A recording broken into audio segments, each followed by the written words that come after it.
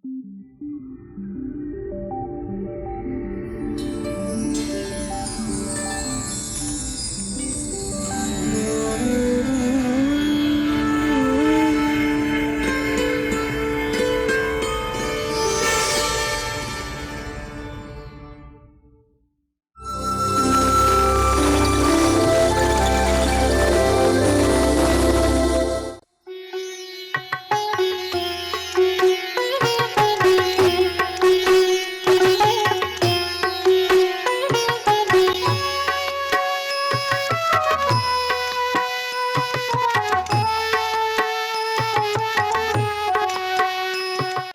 ଯଦି ଜଗତରେ ଆଉ କିଛି କରିପାରି ନଥାନ୍ତି ତେବେ କେବଳ ସମ୍ମିଳନୀ ହିଁ ମୋର ସ୍ମୃତି ରକ୍ଷା କରିପାରିଥାନ୍ତା।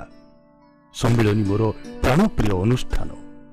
ତୁମେମାନେ ଶତ ବାଧାବିଘ୍ନ ଅତିକ୍ରମ କରି ସମ୍ମିଳନୀକୁ ଆସ। ଇଏ ଥିଲା ଠାକୁର ନିଗମାନନ୍ଦ ସରସ୍ୱତୀ ପରମହଂସ ଦେବଙ୍କର ସମ୍ମିଳନୀ ନିମନ୍ତେ ଶିଷ୍ୟମାନଙ୍କ ପାଇଁ ଉପଦେଶ। ଭକ୍ତ ସମ୍ମିଳନୀ ମାଧ୍ୟମରେ ବିଶ୍ୱ ଭାତୃତ୍ୱ ପ୍ରତିଷ୍ଠା କରିବା ଠାକୁରଙ୍କର ଲକ୍ଷ୍ୟ ଥିଲା। ଗୁରୁଙ୍କ ସହ ହଜାର ହଜାର ଶିଷ୍ୟଙ୍କର ଏକ ବିରଳ ସମାଗମ, ଯେଉଁଠି ମୂଳମନ୍ତ୍ର ହେଲା ଭଲ ପାଇବା। ଭଲ ପାଇବାର ଏ ସରଳ ଭାବଧାରାରେ ପୂରି ରହିଥାଏ ଜ୍ଞାନ, ଭକ୍ତି ଓ ବିଶ୍ୱ ପ୍ରେମର ଅନୁଭବ।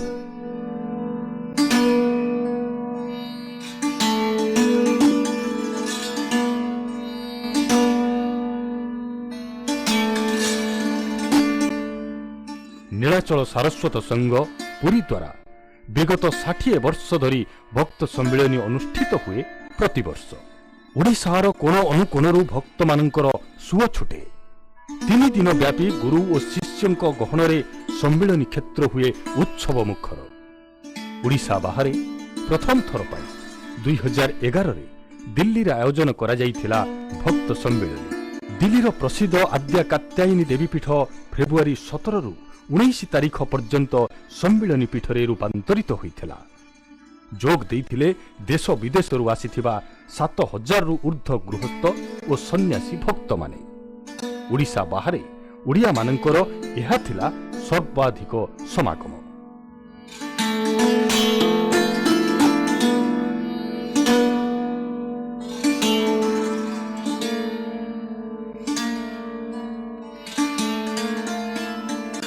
ଗୋଟିଏ ବର୍ଷ ପୂର୍ବରୁ ସମ୍ମିଳନୀର କାର୍ଯ୍ୟକ୍ରମ ଆରମ୍ଭ ହୁଏ ଠାକୁରଙ୍କ ନିମନ୍ତ୍ରଣରେ। ଠାକୁରଙ୍କୁ ଓ ଗୁରୁ ଭାଇ ଓ ମା ମାନଙ୍କୁ ନିମନ୍ତ୍ରଣ କରନ୍ତି ଆବାହକ ସଂଘ। ଦିଲ୍ଲୀ ସମ୍ମିଳନୀ ପାଇଁ ଅନୁଗୁଳରେ ଏ ନିମନ୍ତ୍ରଣ କରାଯାଇଥିଲା 2010 ମସିହାରେ। ପାରମ୍ପରିକ ଭାର ଓ ପରିପାଟି ନେଇ ଦିଲ୍ଲୀ ସଂଘର ଭାଇ ଓ ମା ମାନେ ନିମନ୍ତ୍ରଣ କରିଥିଲେ ଠାକୁର ମହାରାଜାଙ୍କୁ। ସେଉଠୁ ଆରମ୍ଭ ହୋଇଥିଲା ସମ୍ମିଳନୀର ପ୍ରସ୍ତୁତି ପର୍ବ। ଯେତେବେଳେ ଦିଲ୍ଲୀ ସାରସ୍ୱତ ସଂଘର ପ୍ରଥମ ଆସନ ମନ୍ଦିର ପ୍ରତିଷ୍ଠା ହେଲା ହରଗୋବିନ୍ଦ ଏନକ୍ଲେଭରେ, ସେତେବେଳେ ସ୍ୱର୍ଗତ ଅନାଥ ବନ୍ଧୁ ପ୍ରଧାନ, ଯିଏକି ତତ୍କାଳୀନ ପରିଚାଳନା ମଣ୍ଡଳୀ ସଦସ୍ୟ, ଦିଲ୍ଲୀରେ ସମ୍ମିଳନୀ 2005ରେ କରାଯାଉ 2009ରେ ଆମର ସଂଘର ରଜତ ଜୟନ୍ତୀ ଉତ୍ସବ ପଡୁଛି। ସେହି ରଜତ ଜୟନ୍ତୀ ଉତ୍ସବ ଅବସରରେ ଆମେ ଉତ୍କଳ ବାର୍ଷିକ ଭକ୍ତ ସମ୍ମିଳନୀର ଅନୁଷ୍ଠାନ କରାଯିବ। କିନ୍ତୁ ତା ପାଇଁ କେନ୍ଦ୍ର କର୍ତ୍ତୃପକ୍ଷଙ୍କ ତରଫରୁ ଅନୁମତି ମିଳିନଥିଲା। ତା ପଛରେ ବି ରହସ୍ୟ ଅଛି, କାରଣ ଠାକୁରଙ୍କ ଇଚ୍ଛା ଯେ ଦିଲ୍ଲୀ ସମ୍ମିଳନୀ ହୀରକ ଜୟନ୍ତୀ ସମ୍ମିଳନୀ ହେଉ। ସେଇଥିପାଇଁ 2011 ପାଇଁ ଆମକୁ ଅନୁମତି ମିଳିଲା। 2010 फरवरी में ठाकुरों को अनुगुण निमंत्रण करागला। सम्मेलन कराने का सपना बहुत दिन से देख रहे थे। एक बार राउरकेला सम्मेलन में अचानक मुंह से निकल गया गुरुदेव की प्रेरणा से कि राउरकेला सम्मेलन को देखकर कि कैसे हम ऐसा ही सम्मेलन और ऐसी ही झांकी, ऐसे ही भक्त और भगवान का समागम देखें। कि उसी दिन से हम लोग धीरे धीरे जो है एक सपना सोचे थे कि एक दिन ऐसा आएगा कि गुरुदेव दिल्ली में ऐसा ही सम्मेलन करेंगे और भक्त समागम, भक्त और भगवान का जो समागम है, गुरुदेव और उनके शिष्यों का, उनके भक्तों का समागम दिल्ली में देखने को मिलेगा। एक बहुत दिन से हम लोग सपना देख रहे थे।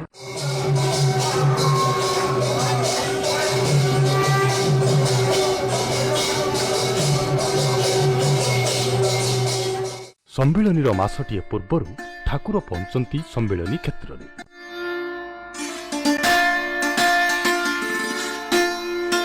ରାଜଧାନୀ ଟ୍ରେନ୍ର ଏକ ବିଶେଷ ବଗିରେ ଯାତ୍ରା କରି ଠାକୁର ତାଙ୍କର ନିତ୍ୟ ଭକ୍ତମାନଙ୍କ ସହ ରାଜଧାନୀ ଦିଲ୍ଲୀରେ ପହଞ୍ଚିଥିଲେ ଜାନୁଆରୀ 23 ତାରିଖରେ। ଏକ ସୁସଜ୍ଜିତ ଶୋଭାଯାତ୍ରାରେ ଠାକୁର ନିଗମାନନ୍ଦଙ୍କୁ ଛତ୍ରପୁରରୁ ହରଗୋବିନ୍ଦ ଏନକ୍ଲେଭରେ ଥିବା ଦିଲ୍ଲୀ ସାରସ୍ୱତ ସଂଘର ଆସନ ମନ୍ଦିରକୁ ନିଆଯାଇଥିଲା।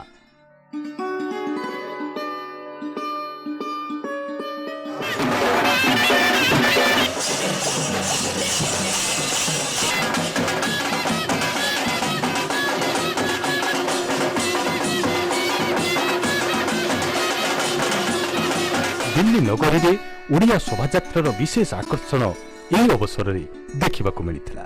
ବ୍ରହ୍ମପୁର ଏବଂ ବାଳକାଟି ଓ ଅନ୍ୟାନ୍ୟ ଜାଗାରୁ ଆସିଥିବା ଶିଳ୍ପୀ, ଶଙ୍ଖ ଓ ଘଣ୍ଟର ପଟୁଆର ଦିଲ୍ଲୀବାସୀଙ୍କ ପାଇଁ ଥିଲା ଏକ ବିଶେଷ ନୂଆ ଅନୁଭୂତି। ଠାକୁର ନିଗମାନନ୍ଦ ନଳିନୀକାନ୍ତ ନାମରେ ଜନ୍ମଗ୍ରହଣ କରିଥିଲେ ବାଂଲାଦେଶର ନଦିଆ, ବର୍ତ୍ତମାନର ହମିରପୁର ଜିଲ୍ଲାରେ। 21 ବର୍ଷ ବୟସରେ ପତ୍ନୀ ସୁଧାଂଶୁ ବାଳାଙ୍କୁ ହରାଇଥିଲେ। ତାପରେ ଦୁଃଖୀ ନଳିନୀକାନ୍ତଙ୍କ ପତ୍ନୀଙ୍କୁ ଖୋଜିବା ରୂପାନ୍ତରିତ ହୋଇଥିଲା ଆଧ୍ୟାତ୍ମ ଜଗତର ମହାସନ୍ଧାନ। ପ୍ରଥମେ ତନ୍ତ୍ର, ତାପରେ ଜ୍ଞାନ, ଯୋଗ ଓ ପରେ ପ୍ରେମ ସିଦ୍ଧି ଲାଭ କଲା ପରେ ସେ ହୋଇଥିଲେ ତାନ୍ତ୍ରିକ ଗୁରୁ, ଜ୍ଞାନୀ ଗୁରୁ, ଯୋଗୀ ଗୁରୁ ଏବଂ ପ୍ରେମିକ ଗୁରୁ। ପତ୍ନୀଙ୍କୁ ଖୋଜିବା ପରେ ରୂପ ନେଇଥିଲା ଜଗତ ଜନନୀଙ୍କୁ ସ୍ତ୍ରୀ ରୂପରେ ପାଇବାର ଲକ୍ଷ୍ୟ। ଏହା ଯେମିତି ଥିଲା ପୂର୍ବ ନିର୍ଦ୍ଧାରିତ। ନଳିନୀକାନ୍ତ ହୋଇଗଲେ ନିଗମାନନ୍ଦ ସରସ୍ୱତୀ ପରମହଂସଦେବ। ସମ୍ମିଳନୀର ପ୍ରସ୍ତୁତି ଦିଲ୍ଲୀ ସଂଘ ପାଇଁ ଥିଲା ଏକ ବିଶେଷ ଅନୁଭବ। 3-4 ବର୍ଷର ପ୍ରତିଟି ମୁହୂର୍ତ୍ତ କଟିଥିଲା ସମ୍ମିଳନୀର ପ୍ରସ୍ତୁତି ଚିନ୍ତାରେ। ନିମନ୍ତ୍ରଣ କରାଯିବା ପରେ ଗୋଟିଏ ବର୍ଷ ସବୁ ସପ୍ତାହରେ ସମସ୍ତ ମା ଓ ଭାଇ କେବଳ କେମିତି ସମ୍ମିଳନୀର ଅନୁଷ୍ଠାନ କରାଯିବ, କେମିତି ଭକ୍ତ ମା ଓ ଭାଇମାନେ ଆସିବେ ତାଙ୍କ ଘରୁ, ଏଠି ଠାକୁରଙ୍କର ମହିମା ଉପଲବ୍ଧି କରିବେ ଏବଂ ନିର୍ଦ୍ୱନ୍ଦ୍ୱରେ ଆନନ୍ଦ ସହକାରେ ଯାଇ ତାଙ୍କ ଘରେ ଫେରି ପାରିବେ, ଏ ଟୋଟାଲ ରେସ୍ପନ୍ସିବିଲିଟି କେମିତି ଦିଲ୍ଲୀ ସଂଘ ନେଇପାରିବ। ସେଇଥିପାଇଁ ଆମେ ସବୁ ବୟୋଜ୍ୟେଷ୍ଠ ଭାଇମାନଙ୍କ ସହିତ ଯୋଗାଯୋଗ କଲୁ। ସମସ୍ତେ କହିଲେ, ଦେଖ, ୟା ପାଇଁ ଏକମାତ୍ର ସାଧନା ହେଉଛି ପ୍ରାର୍ଥନା। ଠାକୁରଙ୍କର ନାମ ନେବ ଏବଂ ଠାକୁରଙ୍କୁ ପ୍ରାର୍ଥନା କରିବ। ଆମମାନଙ୍କ ପାଖରେ ଏଭଳିଆ ଆଧ୍ୟାତ୍ମିକ ଅନୁଷ୍ଠାନ କରିବାର କୌଣସି ପ୍ରକାର ଯୋଗ୍ୟତା କିମ୍ବା ଶକ୍ତି ନାହିଁ। ସେହି ହିସାବରେ ଆମେ କ'ଣ କରୁ ନା, ପ୍ରତି ରବିବାର ଗୋଟିଏ ଘଣ୍ଟା ଜୟଗୁରୁ ମହାନାମ କୀର୍ତ୍ତନ ଅବିଚ୍ଛିନ୍ନ ଭାବରେ ଅନୁଷ୍ଠାନ କଲୁ ଏବଂ ଘରେ ଘରେ ସମସ୍ତେ ସକାଳ ସନ୍ଧ୍ୟାରେ ଶ୍ରୀ ଶ୍ରୀ ଠାକୁର ମହାରାଜଙ୍କୁ ସମ୍ମିଳନୀର ସଫଳ ଅନୁଷ୍ଠାନ ପାଇଁ ପ୍ରାର୍ଥନା ମଧ୍ୟ ଜଣାଇଲେ। ଡିସେମ୍ବର 99ରେ ପ୍ରଥମ ଏଠି ପ୍ରତିଷ୍ଠା ଠାକୁରଙ୍କର ଆସନ ହେଇଥିଲା। ସେଉଠୁ ଏଇଟା ଆରମ୍ଭ ହେଇକରି 2005ରେ ଗୋଟେ ମିନି ସମ୍ମିଳନୀ ବି ହେଇଯାଇଛି। ତାପରେ ଏଇଟା ସେଉଠୁ ପ୍ରସ୍ତୁତିଟା ଆରମ୍ଭ ହେଇଛି। ସାଧାରଣତଃ ଆମର ଏଇଟା ନୀଳାଚଳ ସାରସ୍ୱତ ସଂଘ ପୁରୀଙ୍କ ତତ୍ତ୍ୱାବଧାନରେ ହୁଏ। ତେବେ ସଂଘ ସେଥିରେ ସାମୂହିକ ଯେତେ ସାହାଯ୍ୟ କରିବାର କଥା ସେଇଟା ସବୁ କରାଯାଏ। ତାପରେ ଠାକୁରଙ୍କୁ ନିମନ୍ତ୍ରଣ କରାଯାଏ ବର୍ଷକ ପୂର୍ବରୁ। ଏଠି ସମ୍ମିଳନୀ ପର୍ଯ୍ୟନ୍ତ ମାସକ ପୂର୍ବରୁ ଠାକୁର ଆସନ୍ତି। ଏବେ ମଧ୍ୟ ସେୟା ହେଇଛି। ଠାକୁର ଓଡ଼ିଶା ଭିତରେ ବୁଲି ବୁଲିକିରି ରାଞ୍ଚି ପାଖରୁ ଆସିଲେ ନ୍ୟୁ ଦିଲ୍ଲୀ ଷ୍ଟେସନ ପାଖରୁ ତ ଆପଣମାନେ ସବୁ ଦେଖିଛନ୍ତି। ଛତ୍ରପୁର ଆସିଲେ, ତାପରେ ଏଠି ଆସନ ମନ୍ଦିରର ଅବସ୍ଥାନ ଅଛି। ଆଉ ପ୍ରତିଦିନ ପ୍ରାୟ 500ରୁ 1000 ପର୍ଯ୍ୟନ୍ତ ଭକ୍ତ ପ୍ରସାଦ ସେବନ ହେଉଛି। ପୂଜା ଆରତି ସବୁ ଠାକୁରଙ୍କର ନିୟମିତ ହିସାବରେ ଯାହା ହେବା କଥା ହେଉଛି। 2 ଦିନ ପୂର୍ବରୁ ଭକ୍ତମାନେ ଆସି ପହଞ୍ଚିଥିଲେ ସମ୍ମିଳନୀରେ। ଆଖପାଖର ଧର୍ମଶାଳା ଓ ହୋଟେଲ ରୂପାନ୍ତରିତ ହୋଇଥିଲା ଭକ୍ତ ନିବାସ।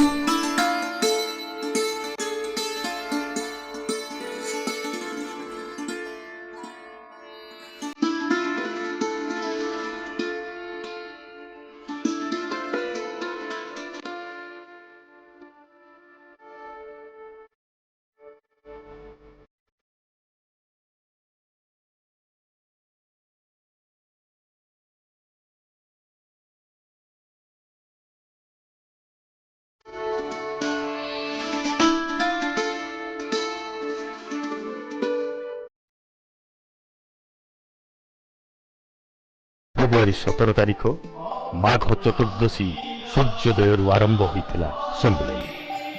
ସୂର୍ଯ୍ୟଙ୍କର ଅରୁଣିମା ସହ ଠାକୁର ଆସିଥିଲେ ଶିଷ୍ୟମାନଙ୍କ ଗହଣକୁ। ସମ୍ମିଳନୀର ଆରମ୍ଭ ସମସ୍ତ ଭକ୍ତମାନଙ୍କ ପାଇଁ ଏକ ଭାବବିହ୍ୱଳ ମୁହୂର୍ତ୍ତ ଥିଲା।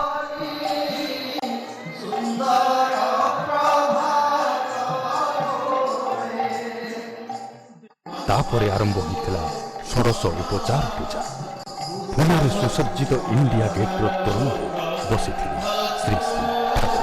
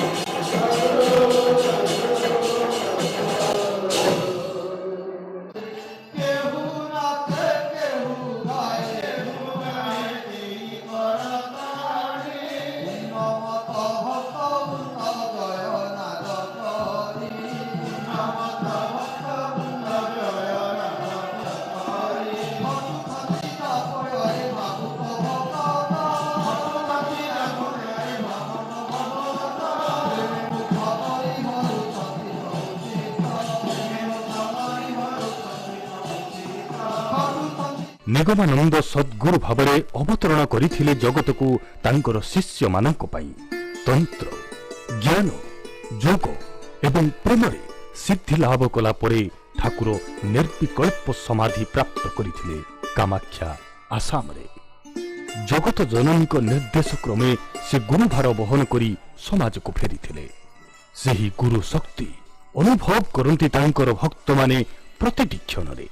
सम्मेलन जेते प्रस्तुति गोटे दुईटी उदाहरण देकी मु कहया पई चाहूची जे केमिति ठाकुरंकर इच्छा।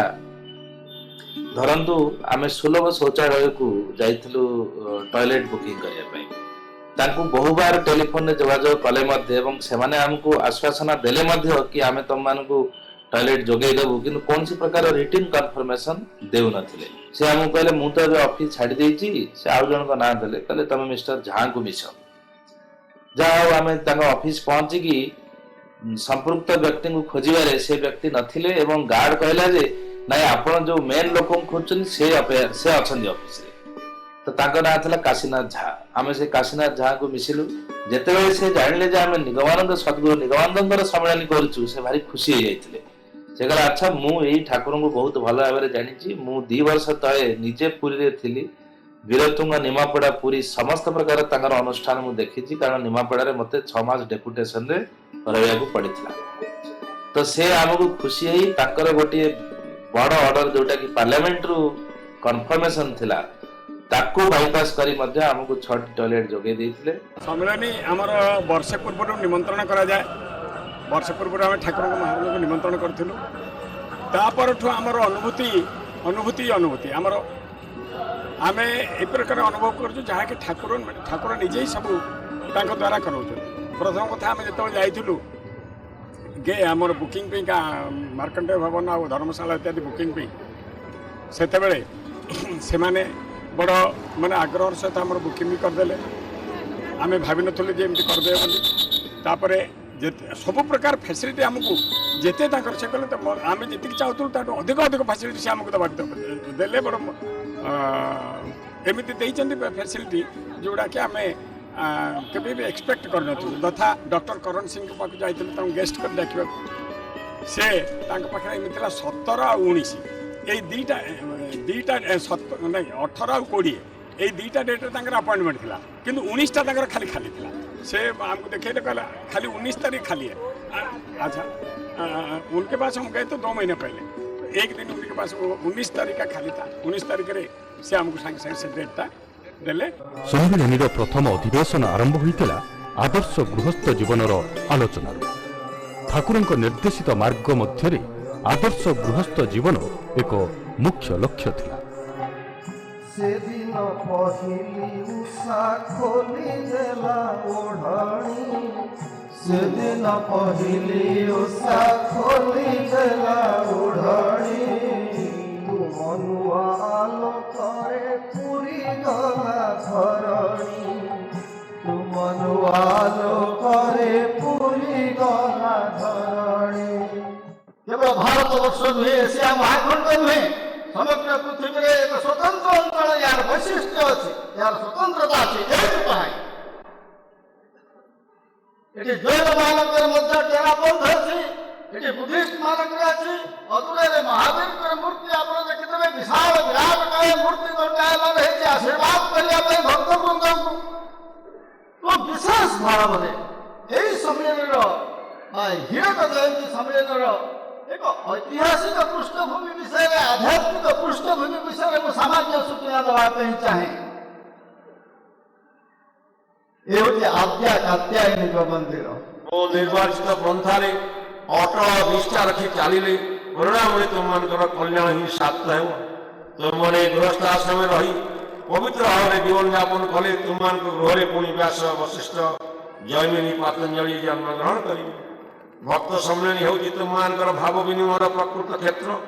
ତୁମମାନେ ପ୍ରାଣପ୍ରିୟ ଭାଇମାନଙ୍କୁ ବର୍ଷକ ପରେ ପାଇ ପରସ୍ପର ମଧ୍ୟରେ ସୁଖ ଦୁଃଖ ବ୍ୟଥା ବେଦନା ଜଣାଇବ। ତୁମମାନଙ୍କର ଉତ୍ଥାନ ପତନର ଇତିହାସ ଅଥଚ ମୋ ଭାବ ବୁଝନ୍ତି, ମୋତେ ଚିହ୍ନନ୍ତି, ସେଇମାନେ ହିଁ ମୋର ଭକ୍ତ। ମୋ ପାଖରୁ ଦୀକ୍ଷା ନେଇ ମଧ୍ୟ ଯେତେବେଳେ ଯାଏ କାହାର ସେ ଭାବ ନ ଫୁଟିଛି, ମୁଁ ତାକୁ ଭକ୍ତ ବୋଲି ମନେ କରେ ନାହିଁ। ମୋ ଶିଷ୍ୟଙ୍କ ମଧ୍ୟରେ ଏପରି ଜଣେ ଦୁଇ ଜଣ ଅଛନ୍ତି ଯେଉଁମାନେ କି ଏତେ ଦିନ ହେଲା ସମ୍ମିଳନୀକୁ ଆସନ୍ତି ନାହିଁ। ସେମାନେ କହନ୍ତି, ଠାକୁର ଏହି ଭକ୍ତ ସମ୍ମିଳନୀ ନାମଟା ବଦଳାଇ ଦେଇ ଶିଷ୍ୟ ସମ୍ମିଳନୀ ନାମ ଦେଲେ ଆମେ ଯିବୁ, ନହେଲେ ଆମେ ଯିବୁ ନାହିଁ। କାରଣ ଆମେ କେବଳ ଠାକୁରଙ୍କର ଶିଷ୍ୟ ହୋଇପାରୁଛୁ ସିନା, ଭକ୍ତ ହୋଇପାରିନାହୁଁ। ଭକ୍ତମାନଙ୍କ ପାଇଁ ମୋ ପ୍ରାଣ ଯେ କିପରି ଉନ୍ମୁଖ ଥାଏ ତାହା ତୁମମାନେ କିପରି ବୁଝିବ। ତୁମମାନେ ସମସ୍ତେ ଏକତ୍ର ସମ୍ମିଳିତ ହୋ, ଏକ ବାକ୍ୟ ଉଚ୍ଚାରଣ କର, ପୁରାଣ ଦେବତାମାନଙ୍କ ପରି ଏକତ୍ର ହୋଇ ଯଜ୍ଞ ଭାଗ ଗ୍ରହଣ କର। ତୁମମାନଙ୍କର ମନ୍ତ୍ର ଏକ ହେଉ, ସଂଘ ଏକ ହେଉ, ମନ ଏକ ହେଉ, ଚିତ୍ତ ଏକ ହେଉ, ମତ ଏକ ହେଉ। ଆଦର୍ଶ ଗୃହସ୍ଥ ଜୀବନ ଯାପନ କରିପାରିଲେ ସହଜ ସରଳ ଉପାୟରେ ଆଧ୍ୟାତ୍ମିକ ଚେତନାର ଉପଲବ୍ଧି କରିହୁଏ। ଆଜିର ସମାଜରେ ପରିବାରର ମୂଲ୍ୟବୋଧ ହ୍ରାସ ପାଉଥିବା ବେଳେ ଠାକୁରଙ୍କର ଏହି ଉପଦେଶ ବେଶ୍ ତାତ୍ପର୍ଯ୍ୟପୂର୍ଣ୍ଣ। ଛତ୍ରପୁର ମନ୍ଦିର ଅନୁଷ୍ଠାନର ପ୍ରତିଟି କୋଣ ଅନୁକୋଣରେ ସମ୍ମିଳନୀର କାର୍ଯ୍ୟକ୍ରମ ଚାଲିଥିଲା।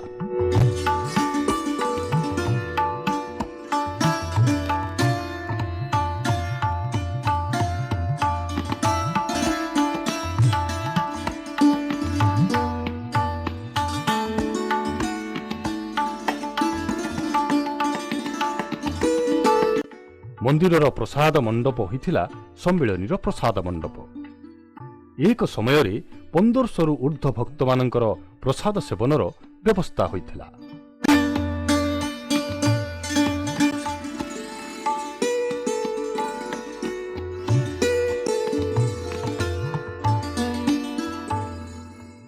छतरपुर मंदिर से पिछले 20 साल से जुड़ा हुआ हूँ और यहाँ जितने लार्ज स्केल में ये हमारा प्रोग्राम हुआ है, शायद मैंने अपनी लाइफ में इतना बड़ा प्रोग्राम यहाँ पर नहीं देखा है कि उसमें हमारा टोटल ही मंदिर की शायद ही कोई ऐसा कंपाउंड, कोई ऐसी बिल्डिंग है जो अछूती रह गई हो, जिसके अंदर हमारे नीलांचल सारस्वत संघ वालों के कोई प्रतिनिधि वहाँ पर नहीं रह रहा हो या वहाँ पर कोई हमारी वर्किंग ना हो। ମନ୍ଦିରର ଧର୍ମଶାଳାରେ ଭକ୍ତମାନଙ୍କ ପାଇଁ ରହିବାର ବ୍ୟବସ୍ଥା କରାଯାଇଥିଲା। ଠାକୁରଙ୍କ ସାଧନାର ଏକ ମୂଳ ଲକ୍ଷ୍ୟ ଥିଲା ଜଗତ ଜନନୀକୁ ସ୍ତ୍ରୀ ରୂପରେ ପାଇବା। ଫଳସ୍ୱରୂପ ସେ ତନ୍ତ୍ର, ଜ୍ଞାନ, ଯୋଗ ଏବଂ ପ୍ରେମ ସାଧନା କରିଥିଲେ ଏବଂ ସିଦ୍ଧି ପ୍ରାପ୍ତ ହୋଇଥିଲେ, ଆଉ ତାପରେ ଶକ୍ତିଙ୍କୁ ସ୍ତ୍ରୀ ରୂପରେ ପାଇଥିଲେ। ଆଜି ଏ ଆୟୋଜନ ଦେଖି ମନେ ହେଉଥିଲା ସତେ ଯେମିତି ମା ତାଙ୍କର ସମସ୍ତ ପରିସର ଠାକୁରଙ୍କ ସମ୍ମିଳନୀ ପାଇଁ ଖୋଲି ଦେଇଛନ୍ତି। याद होगा कि गुरुदेव ने जब सारी सिद्धियां ले ली थी, फिर भी लोग समाज में नहीं आ रहे थे और वो माँ के साथ जो है आसाम में एक कुटिया में माँ के साथ रह रहे थे। कुछ दिन माँ ने सेवा किया, फिर बोला कि अरे कैसे चलेगा, जो तुम्हारे जगतवासी संतान है उनका आप हित कैसे करोगे। गुरुदेव आ नहीं रहे थे, फिर भी गुरुदेव ने उनसे शर्तें रखी और गुरुदेव आए। और आप देख रहे हैं कि दिल्ली में ये माँ का ही स्थान है। एक कुटिया वहाँ माँ ने उनको विदा किया था। आज इतने दिन के बाद गुरुदेव, आज इसी मणिद्वीप है, सिद्धपीठ है, आज गुरुदेव यहाँ पर आकर के उसी माँ के साथ, भक्तों के साथ आज लीला कर रहे हैं। उस समय केवल माँ थी और गुरुदेव थे कुटिया में, आज भक्त भी हैं, गुरुदेव भी हैं और माँ भी हैं, और माँ का एक सिद्धपीठ है। ऐसी जगह पर इसका तो स्थान जैसे वृंदावन से भी इसका महत्वपूर्ण स्थान हो गया है। सम्मेलन 3 दिन आम बहुत भल लगे। सम्मेलन आमर ओडिशा रे भी होतिला आ तापर एबे दिल्ली, ओडिशा बाहर दिल्ली के आसी आ कि दिल्ली तो बहुत बार दिल्ली का मो भाषा रे हम प्रकाश करि पारिबु नै।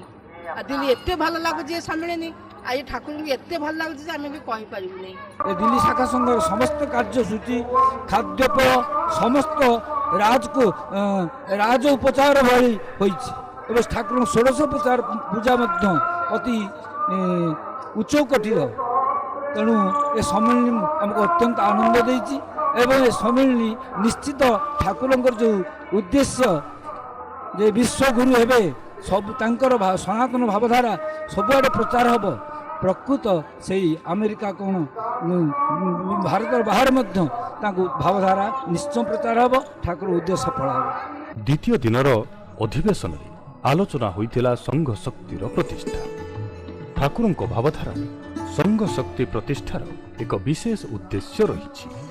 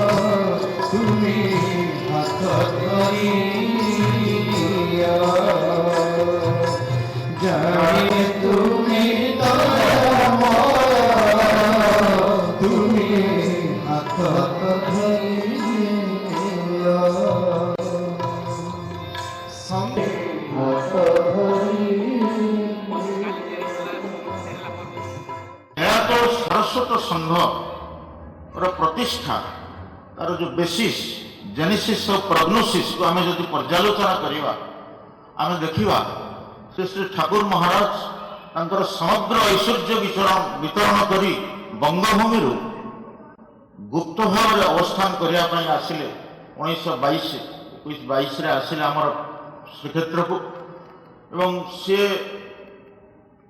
एक रकम आम जहाँ नीलाचल बाणी पुस्तक मैंने अनुधान करते ठाकुर जिते गुणमुग्ध किसी छात्र को देखिले देखिकी स्नेहपरायण ही सस्नेह कहले अरे मु एक रकम मृत भाव ये अवस्थान करुली तुम मान को देखी मो भितर प्रेरणा जागी आम सारा पे जगद्गुरु स्तर एवं सेटा नीलाचल सारस्वत संघ प्रतिष्ठार पृष्ठभूमि ठाकुर से जो भाव जागृत है एवं जो अभिनय कर्म प्रेरणा जागी उठेला एवं से निजर शुभ जन्मतिथि झुलन पूर्णिमा स्थूल शरीर पृथ्वी को पवित्रकृत कर जो आविर्भूत होता जो झुलन पूर्णिमा तिथि से शुभ जन्मतिथि 1934 मसीहा अगस्त 24 तारिख सी नीलाचल सारस्वत संघ प्रतिष्ठा कले आम जानते 1935 नवेम्बर 29 स्थूल देह रक्षा कले और से आगुरी देह रक्षा कर वर्षक पूर्व जिते निबिड़ भाव आमर कतिपय उत्कल भक्त मान सहित मिशिंट भावर आदान प्रदान कर सूक्ष्म स्तर में सद्गुरु सहित किभली जोगाजोग रक्षा करहब से विषय कौशल भी शिक्षा देते ये जिनसा आगुरी हो न ठाकुर जिते बसी बंगला को फेरीजे से दुर्गाचरण भाई आमर अन्य भाई मान सब भेटी ठाकुर को ठाकुर कहते आपण मैंने जानी जिते सम्मिलनी 1936 मसीह सार्वभौम सम्मिलनी डकागला 1935 सार्वभौम सम्मिलनी जिते निमंत्रण करागला से ठाकुर एत भल पाई उत्कल माटी को दरदी प्राण थी केते जन भक्त को से निजे कहते से सम्मिलन किए डाके ओडिशा ठाकुर भक्त कहती ठाकुर निजे कहले स्वयं कर्ता डाके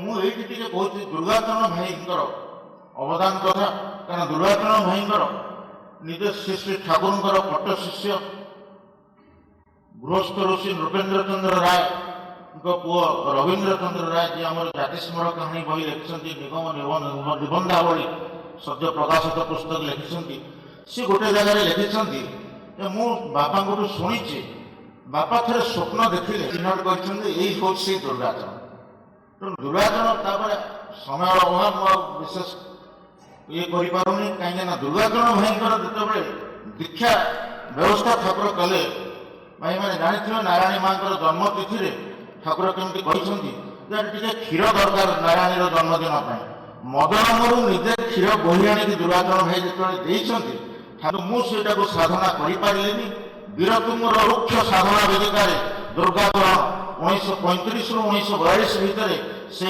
ठाकुर प्रदत्त कुंडलिनी योग को साधना करी सिद्ध हो गला एवं दुर्गाचरण सिद्धावस्था प्राप्ति ये जो ठाकुर विद्या आसवा केवल निर्धारित अच्छे ठाकुर निजे ही निर्धारण करके रखिंट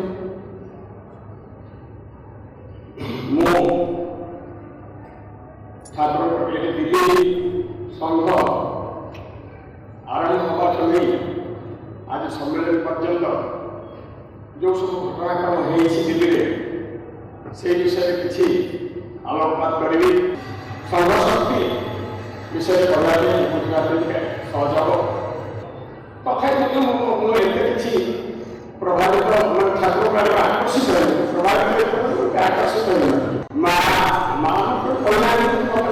ठाकुर माँ तो ठाकुर विषय बड़ पढ़ी अच्छा ठाकुर आम विग्रह रखी पूजा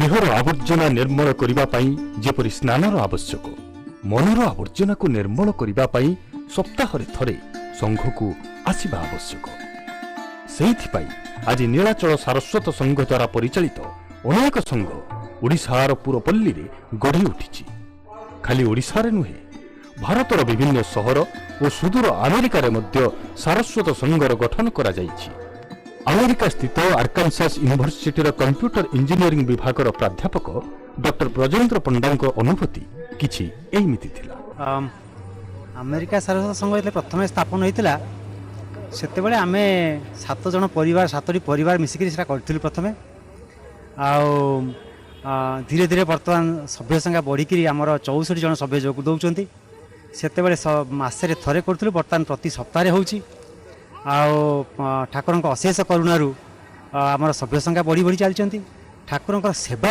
बढ़ी बढ़ी चली से केवल संघ पूजा करा बर्तमान संघ पूजा सहित माँ मान गोटे सेसन कर रविवार दिन ताछड़ा पिला सेसन प्रति मसरे 2 थर करा प्रथम रविवार और तृतीय रविवार दिन पिला बहुत उपकृत होती मूल कथा अमेरिकार पिला एठिकार पिला भिन्न कारण से इंग्लीश से सब पढ़ाशुना कर जहाँफल कि आम ओडिया भाषा आम ओडिया जो पूजा इत्यादि होगुड़ाक बेसी इम्पैक्ट पकई पारना तो से संघभुक्त करने आमको गुड़ाए इंग्राजी ट्रांसलेशन करा पड़ो जहाँफल कि से पढ़ी ठाकुर कौन तर भावधारा कौन से विषय जाना पाए आम से स्ट्रगल करा पड़ी पिला फोल्ड को आने प्रथम बही ट्रांसलेशन आरंभ हो गोटे बही अलरेडी पब्लिश कर सारी नारायण मां लिखित पिला निगमानंद ताको पब्लिश करूँ आम समूह निगमानंद फॉर यंग रीडर्स।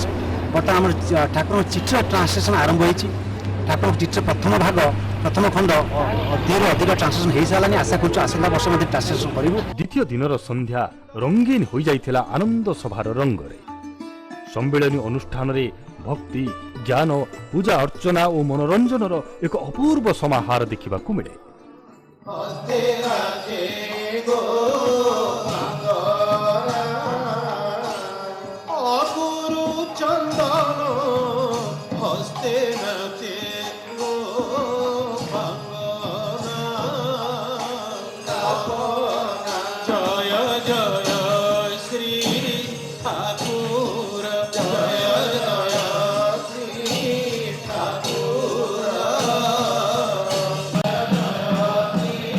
गुरु भाई माने अष्टसखी नृत्य माध्यम ठाकुर पूजार्चना करने पर गोटे पर गोटे कार्यक्रम आरंभ होइथिला।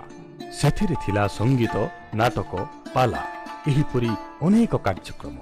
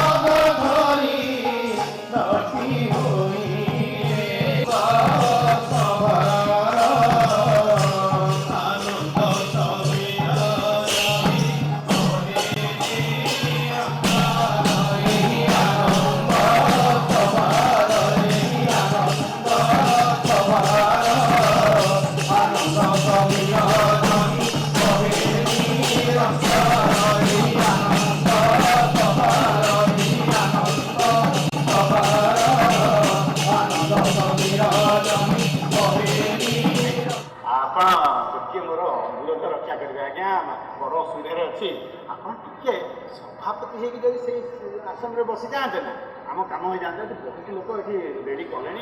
अरे तू कौन हिंदी में सर्त रखु जानी पारनी 10 वर्ष 20 वर्ष धरी तो ना हेली तोर 10टा पिला को मनीष कली आ तो गोड़ जपड़ी ते खाया देली आ कौन न कर मो तो सुंदरी अच्छी द्वितीय पत्नी जन करू। अरे सभापति पिले केते बढ़िया सुंदर लगे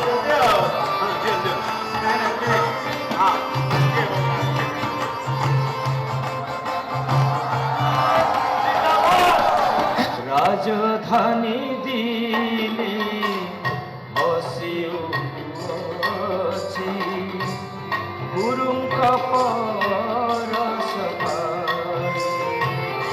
अस्तिनार छवि से ही अस्तिनार छवि से ही अस्तिनार छवि से ही अस्तिनार छवि से ही आनंद सभा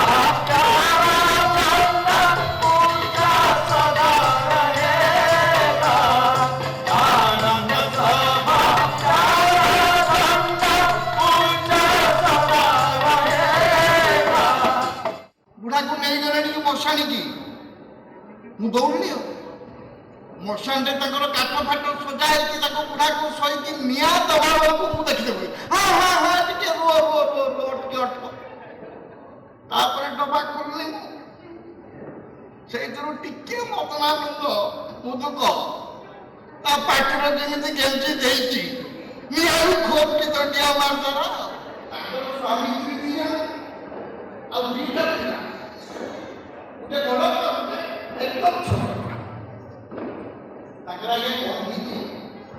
एकदम सरकार गठन नुहे सब शासन करती ना सरकार कौन शासन कौन ଧରିନେ ଆମ ଘରଟା ହେଉଛି ଗୋଟେ ରାଜ୍ୟ। ଏକୁ ଚଳଉଛି କିଏ? ଏକୁ ଯିଏ ଚଳଉଛନ୍ତି ସରକାର ନିଘୋଡ଼ି ଭିତରେ ଶୁଣିଛନ୍ତି, ଜନତା ସବୁ ଦେଖୁଛନ୍ତି, ଆଉ ଦେଶର ଭବିଷ୍ୟତ ଧାରଣ କରୁଛି। କଳ୍ପନାର ବୋଇତରେ କାଳର ପ୍ରତିଶ୍ରୁତରେ ଆସନ୍ତୁ ଦେଖିବା ଆମେ ଗୁରୁଧାମରେ ନିଗମ ସଂଘ।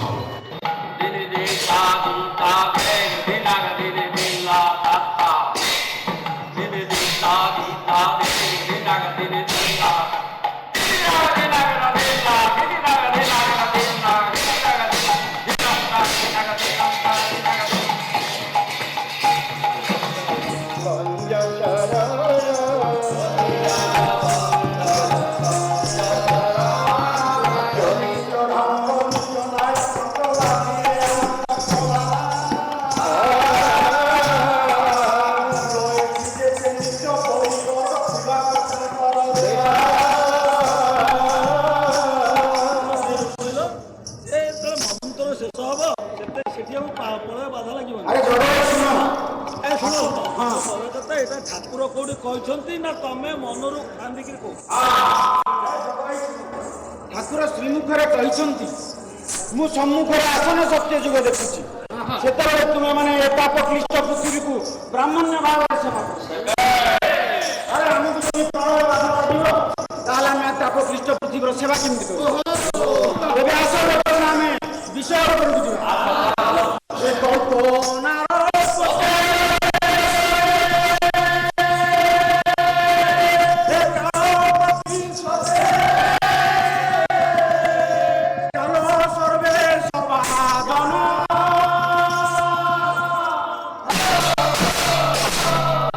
ତୃତୀୟ ଦିନର ଅଧିବେଶନ ଆରମ୍ଭ ହୋଇଥିଲା ମହିଳା ପୂଜାରୁ।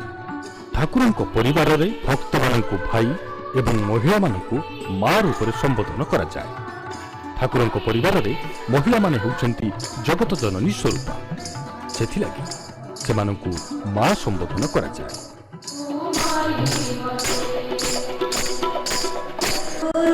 सुख बरसा आंगन आंगन सुख बरसा चुन चुन काटी नफरत की प्यार अमन की फूल खिला।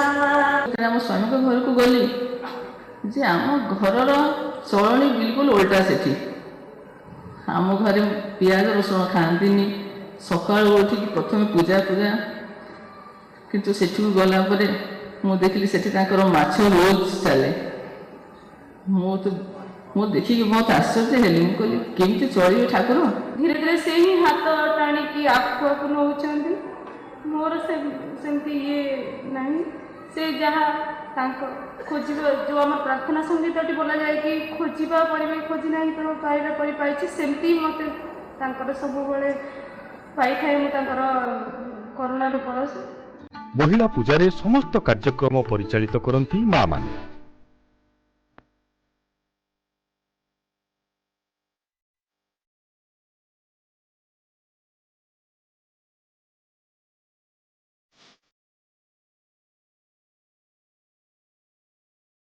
ଶିବ ଜ୍ଞାନରେ ଜୀବ ସେବା ଠାକୁରଙ୍କ ଉପଦେଶର ଏକ ଅନ୍ୟତମ ଧାରା। ବିଶ୍ୱ ଭାତୃତ୍ୱର ଲକ୍ଷ୍ୟ ଆରମ୍ଭ ହୁଏ ନିଜଠାରୁ। ଖାଲି ସେବା ନୁହେଁ, ପ୍ରେମର ସହ ସେବା। ସେହି ଲକ୍ଷ୍ୟ ନେଇ ଆୟୋଜନ କରାଯାଇଥିଲା ଏକ ରକ୍ତଦାନ ଶିବିର। ପ୍ରାୟ 350ରୁ ଉର୍ଦ୍ଧ୍ୱ ଭକ୍ତ ଭାଇ ଓ ମା ମାନେ ପ୍ରେମର ସହ ରକ୍ତଦାନ କରିଥିଲେ। ରେଡ୍କ୍ରସର ସହାୟତାରେ ଏ ରକ୍ତଦାନ ଶିବିର ଆୟୋଜନ କରାଯାଇଥିଲା।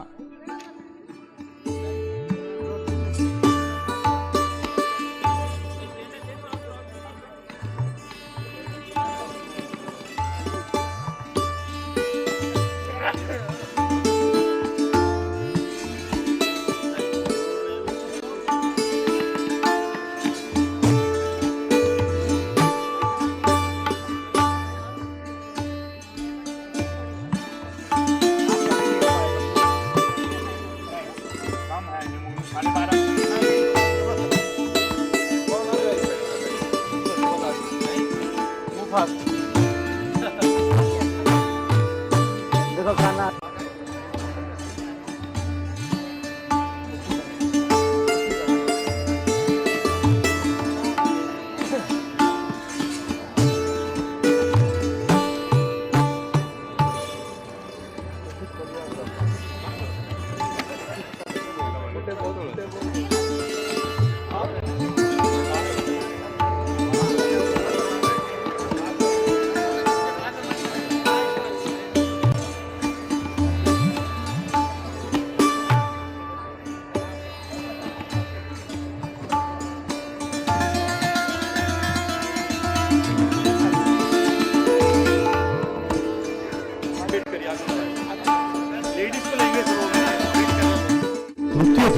ଅପରାହ୍ନରେ ଆୟୋଜନ କରାଯାଇଥିଲା ସାଧାରଣ ସଭା। ସ୍ଥାନୀୟ ବିଧାୟକ ବଳରାମ ତୋମର ଏବଂ ଆଇସିସିଆର୍ର ଅଧ୍ୟକ୍ଷ ତଥା ସାଂସଦ ଡକ୍ଟର କରଣ ସିଂ ଏ ସଭାରେ ଯୋଗ ଦେଇଥିଲେ। ଅନ୍ୟମାନଙ୍କ ମଧ୍ୟରେ ଥିଲେ ରାମକୃଷ୍ଣ ମିଶନର ସଚିବ ସ୍ୱାମୀ ସନ୍ତପ୍ତାନନ୍ଦ ସରସ୍ୱତୀ ମହାରାଜ, ଚିନ୍ମୟ ମିଶନର ମୁଖ୍ୟ ସ୍ୱାମୀ ନିଖିଳାନନ୍ଦ ସରସ୍ୱତୀ ଏବଂ आईआईटी ର professor doctor JL गेंधर। Thakur ji महाराज वहाँ पर मठ प्रतिष्ठा करके उनका कुछ सिद्धांत बताए थे। मठ का उद्देश्य क्या है कि 3 भक्त जहाँ इकट्ठा होंगे वहाँ वो लोग सत्संग कर सकते हैं। कहीं 50, 100, 200 ऐसा करके 500 तक भी सत्संग करने वाले जुटते हैं एक जगह में। वो इष्ट मंत्र है हम लोग को प्राप्त होता है। वो मंत्र जप करते करते पहले जो महात्मा जी बोलते गए ये भगवान का कृपा से आपको स्वरूप ज्ञान प्राप्त हो जाता है। स्वरूप ज्ञान होने से संसार का आधिदैविक आध्यात्मिक आदि भौतिक ऐसा प्राप्त हो जाता है। यही मुक्ति के लिए उपनिषद में एक श्लोक आता है, जागृत आता है। हम लोग का आश्रम में हर दिन हम लोग 2 4 बजे करके प्रार्थना करते हैं, जागो जागो गुरुदेव हमारे हृदय मंदिर।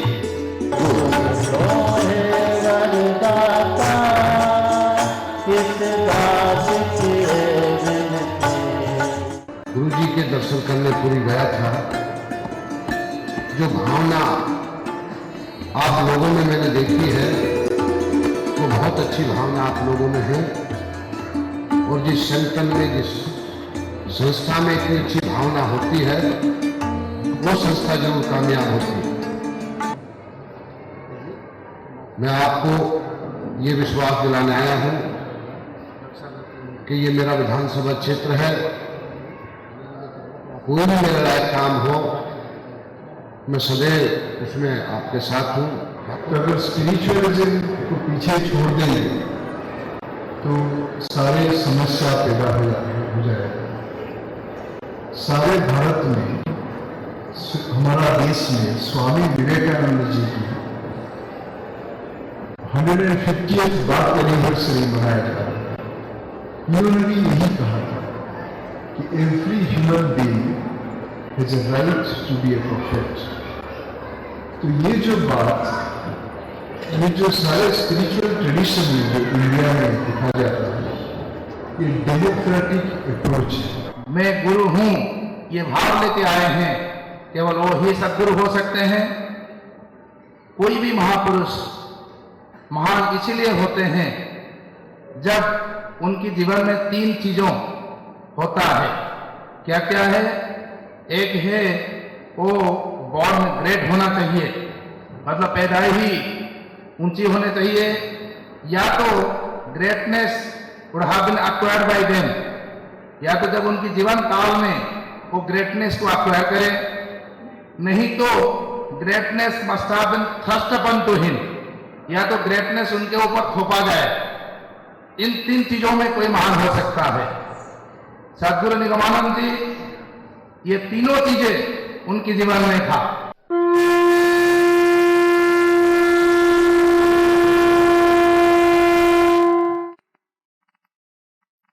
ଏହି ଅବସରରେ ଠାକୁରଙ୍କ ଜୀବନୀର ଏକ କନ୍ନଡ଼ ସଂସ୍କରଣ ଉନ୍ମୋଚନ ହୋଇଥିଲା ଡକ୍ଟର କରଣ ସିଂଙ୍କ ଦ୍ୱାରା। ଏହାର ଅନୁବାଦ କରିଥିଲେ ବାଙ୍ଗାଲୋରର professor doctor ସିଦ୍ଧଲିଙ୍ଗಯ್ୟା।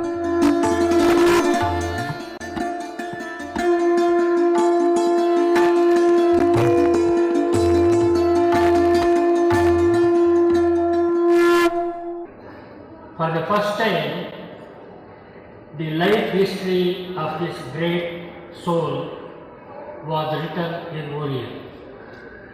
And for the first time, in Delhi, the people, the disciples and the followers of the great Sadguru have brought Sadguru Nigamananda ji to Delhi, New Delhi. पूषा विश्ववेदा स्वस्ति नस्तारक्षोररिषणे स्वस्ति नो बृहस्पतिर्दधातु। ओम शांति शांति शांति। जो समय बदलने पर भी हमेशा अटल और अचल है, और वो मुझे हमें वेदांत में मिलते हैं, उपनिषद में मिलते हैं। एकम सत्य प्रह बहुधा वदंती का विचार है, अहम ब्रह्मस्मि का विचार है, वसुधैव कुटुंबकम का विचार है, बहुजन सुखाय बहुजन हिताय का विचार है। इस प्रकार के मूल्य हमारी शास्त्रों में और देववाणी से लेकर लोकवाणी ने भक्ति आंदोलन में उन्हें परिवर्तित किया, और हर युग में इसका पुनः उत्थान पुनर्अभिव्यक्ति होती रही है। यही कारण है कि हजारों वर्ष से चली आ रही हमारी जो एक संपदा है, हमारी संस्कृति जो है, जैसे गंगा हिमालय से उगते सारे हजारों वर्ष के लिए, हजारों मील के लिए चलती रहती है, उसी प्रकार से प्रवाह भारतीय संस्कृति का रहा। सम्मिलनी एक अविस्मरणीय स्मृति भाई और माँ मानक पाई। सबू आनंद आनंद लगुच ठाकुर से प्रत्यक्ष लीला कर। जय गुरु। ठाकुर उद्देश्य सम्मिलनी सन्यासी गृहस्थी सब मिल के एक सम्मेलन करना के लिए सम्मेलन में प्रत्येक वर्ष प्रादेशिक भक्त सम्मेलन को जाए। प्राय 62 मसीह ठाकुर आश्रय ग्रहण कली, किंतु से जो सम्मेलन जहाँ से आकार है माने जिते जगह प्रादेशिक भक्त सम्मेलन जोग देती, यहाँ हूँ सबुठ माने सर्वोत्तम। मैं किडनी का पेशेंट हूँ, फिर कैंसर का पेशेंट भी मैं हूँ, और मेरा हार्ट का भी पेशेंट हूँ। तभी ठाकुर श्री श्री ठाकुर परमहंस श्रीमद स्वामी निगमानंद सरस्वती देव का शिष्य हूँ, सेवक हूँ। और दिल्ली का बहुत अच्छा और एक कात्यायनी आद्या कात्यायनी मंदिर से जो व्यवस्था है वो बहुत अच्छा है। ठाकुर प्रथम उद्देश्य भागवत भक्त सम्मेलन, भक्त सम्मेलन भक्त मान सब एकाठी भाव आदान प्रदान सम्मेलन से अनुजाई से गृही सन्यासी सम्मेलन भक्त सम्मेलन सन्यासी और भक्त मान सब गृही मानक एकाठी हुए। दिल्ली सम्मेलन बहुत भल लगला, जो जहाँकि आमको अन्य सम्मेलन बहुत भल प्रेरणा देला। आयोजक मानक पाई मध्य एही सम्मेलनी भिन्न एक अनुभूति। भुवनेश्वर में जब मैं इनके आश्रम में था तो वहाँ एक अद्भुत नज़ारा हुआ मेरे को।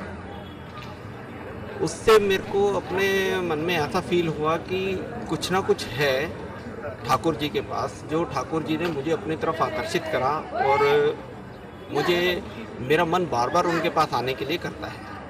मैं इनके साथ जुड़ा रहना चाहता हूँ। मैं कहीं भी होता हूँ तो मेरा मन ठाकुर जी के चरणों में ही लगा रहता है। विशेष अनुभूति तो ये ठाकुर कृपार 10 वर्ष भितर सीमित मेम्बर भितर जोटा आपण मैंने देखुं बिल्डिंग अन्य ये सेटा हूँ अनुभूति आमर होती ठाकुर ठाकुर सब करवासी सम्मेलन बहुत सुखद और नुआ अनुभूति। ये प्रोग्राम बोधे आम दिल्ली में हैनी। ठाकुर आसवा रेलवे स्टेशन में पहुँचवा ठाकुर जावा पर्यंत आम यहाँ को सुरखुर केमी परिचालित हो पार आम से पूरा चेष्टा करुँ। से भाई मैंने रहा भौणी मैंने रहा खाଇବା पीवा पर्यंत केमी भल भाव ये रही पारे। दिल्ली गोटे नुआ अनुभव एठू नहीं कि जीवे से आम चेष्टा करुँ। सम्मेलनी संपूर्ण करी ठाकुर फेरती दिल्ली। फेब्रुआरी 23 तारिख में पारंपरिक रीति पूजा अर्चना पर ठाकुर पटुआर बाहर दिल्ली आश्रम स्टेशन अभिमुखे।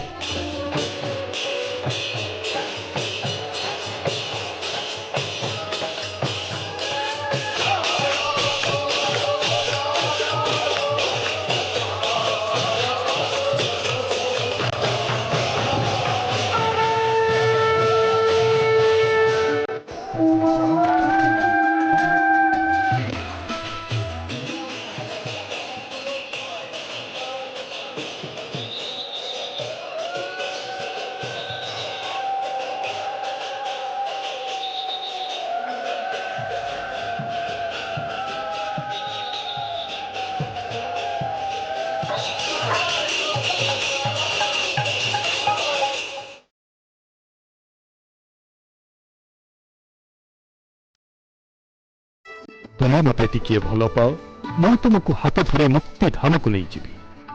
भल पाइबा एक अनुभव, भल पाइबा भी एक साधना, भल पाइबा भी एक जीवनर धारा। ठाकुर को भल पाई मुक्ति पथर यात्री हेबारे जो परम आनंद रही ता सम्मेलनी देखिले ही अनुभव करी हुए।